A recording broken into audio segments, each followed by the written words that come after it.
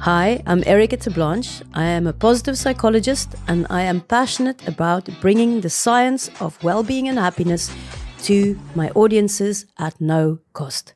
The first highway of happiness that I discovered in 10,000 miles of distance running, and then which was corroborated by hard scientific evidence in my studies in the past 10 years, is attenuated gratitude. I know I've spoken about gratitude a lot, but I want to tell you where it really first began. You know, in the desert, we run 250 to 270 kilometers over a 7-day period in 50 degrees Celsius,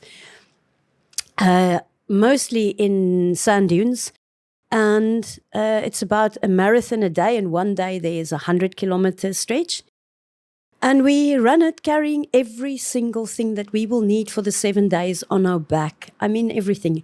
Your sleeping bag, our clothing, our pajamas. We don't like pajamas. Toothpaste. And every morsel of food that we would eat for 7 days carried on your back.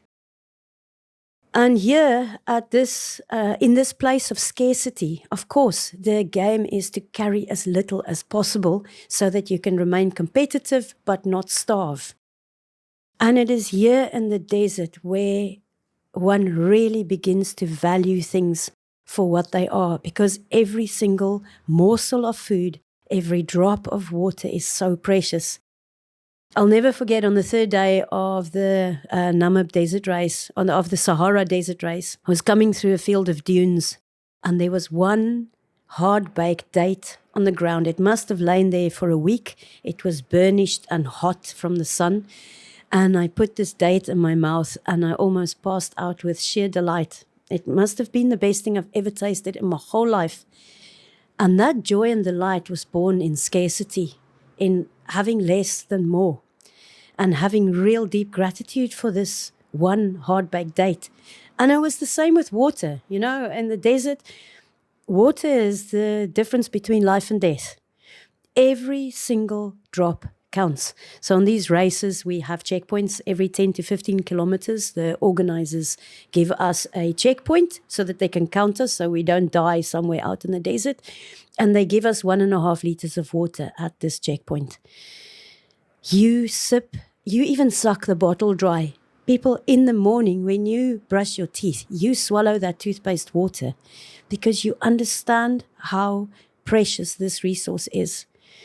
And I'll never forget, on the 5th day of the Sahara race, it was on the 100-kilometer stage, I came through a field of dunes and I could smell it clearly in the air. I could smell water. I thought I was getting delirious because of the heat. The sky was melting around me from 50, 51 degrees Celsius. And as I came over this rise of dunes, there it was, an oasis. 2 date palms and a camel crib. And when I got closer to the camel crib, the Bedouin brothers were already feeding their camels and watering their camels. And the gentleman said to me, and they saw how incredibly tired I was, and they said, "Welcome." And they allowed me to get into their camel crib.